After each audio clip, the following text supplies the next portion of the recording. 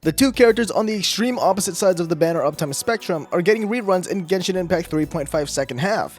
The one with the longest banner duration at once, and the character with the longest time in between their original run and rerun. Welcome to Should You Pull, the series where I cover the active 5-star characters that are running at the time of the upload, and compare them to see whether they might be worth your Prima Gems. For this edition, we have Ayaka and Shenhe. So let's get into it. Quick note, this could be seen as personal opinion, but I would say that Shenhe is not worth pulling for if you do not have Ayaka or Ganyu beforehand. The gain she offers to other cryo characters is not as much of a boost as with these two. She might add some viability to some gimmicky ideas, but those should be seen as a bonus, not a primary reason to get her. However, should you have one of them already, I will still be coming back to Shenhe later in the video. Starting with Ayaka, she has been and still is the premier freeze DPS since her release in version 2.0. Her call to fame comes from her elemental burst that can reach 4,000% of her attack in total if it has been crowned. Although, with that being said, she's really only the star of freeze teams. In every other team archetype, she either falls off or can be even worse than some 4-stars because of how fast her burst applies cryo.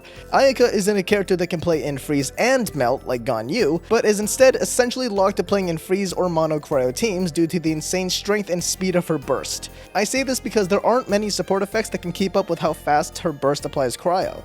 Sure, you can do a forward melt with your Xiangling or something, but when it comes to Ayaka triggering those reactions, she's not the best at it. Her strengths are only in freeze or mono cryo teams, but she certainly offers the most in those teams. Most of Ayaka's damage comes from her elemental burst that deals massive amounts of front-loaded damage, as I mentioned before. It does have the drawback of knocking back later enemies if they aren't frozen, but hey, that's more reason to run freeze. Well, maybe the fact that it goes in a straight line also doesn't help it a lot either, since enemies can just walk out of it if they don't die. When it's good, it's really good. Another strength that Ayaka has is being able to fully utilize the Blizzard Strayer artifact set, which not only gives 15% cryo damage bonus, but also a crit rate boost when hitting enemies that are affected by cryo or frozen by 20% and 40% respectively. This set gives her incredible value, giving her an innate 60% crit rate without any substats should you decide to also activate the cryo resonance effect by having 2 or more cryo characters in your party. Pairing that with her Ascension stat of crit damage, and she not only becomes pretty good at a base level, but she gains a high ceiling in regards to her damage output since you're not having to be concerned about building that much more crit rate, being able to focus on more attack, crit damage, and energy recharge. That ceiling could also be in the case of team building.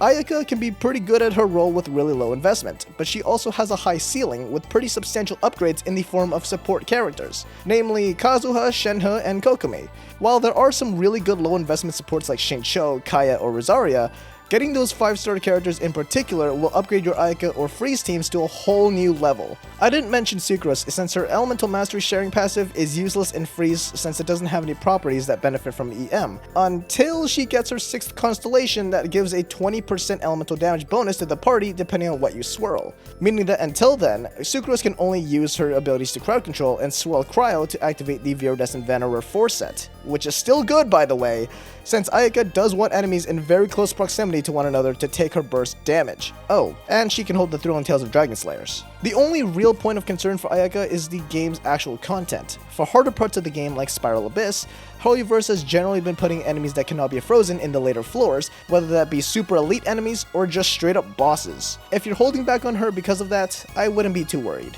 Suggesting that you can get her burst back on cooldown, it's not really much of an issue. Ayaka's ridiculous raw damage can still take down anything in the game that isn't straight up immune to cryo.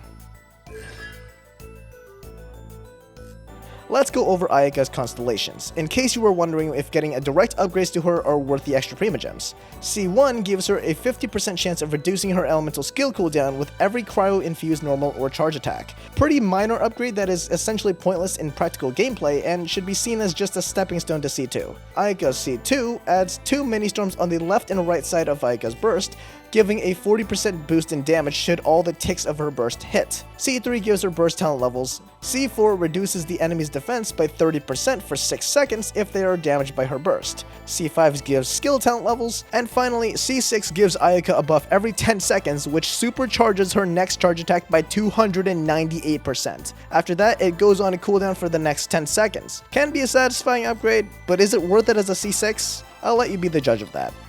So let's sum that up in a list of pros and cons.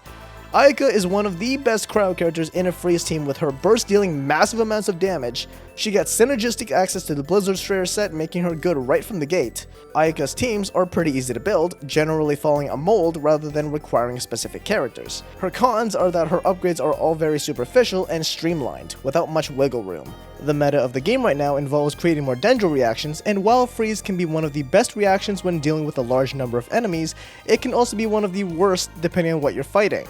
Since freeze and mono cryo don't involve any additive or multiplicative reaction damage, it's not one of the better reactions to use if you're mainly lacking the damage to take out enemies fast enough. Now that we've covered the strengths and weaknesses of Ayaka, let's talk about Shenhe. Really quick though, if you're enjoying the video, make sure to cast subscribe on this channel.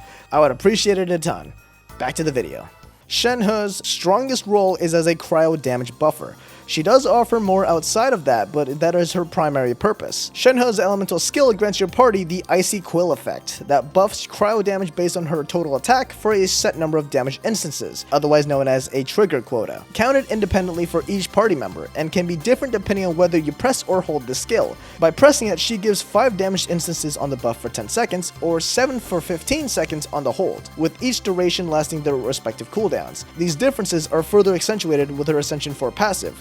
When pressing her skill, Shenhe also gives your party an elemental skill and burst damage buff for 10 seconds, but when held, she instead gives a normal charged and plunge attack damage bonus for 15 seconds. This passive works for every character, regardless of element. What do I mean by damaged instances? Just what you probably think it means: the number of times any cryo damage is dealt on an enemy. Ayaka's elemental burst, which can hit for a total of 20 times, realistically only gets the buff on 5 of the hits. This counter also goes down faster with the more enemies you damage in one hit, but this can also apply to any instance of cryo damage even if the character is not cryo themselves, like for example, swirling the element. That being the case, the hits that are buffed still hit significantly harder. Shenhe's burst summons a field that deals damage periodically and reduces the cryo and physical resistances of the enemies inside of it. Shenhe's first Ascension passive also gives a 15% cryo damage bonus to characters within the field. This is basically the part of her moveset that screams, "As if you weren't doing enough cryo damage before, here's more." The physical resistance shred is certainly not nothing, so it's also viable to put Shenhe in physical-based teams like Iola's. You can stack any superconduct from electro characters alongside Shenhe's resistance shred and elevate your physical damage by a lot. Unlike Ayaka, Shenhe can do more outside of freeze or mono cryo teams.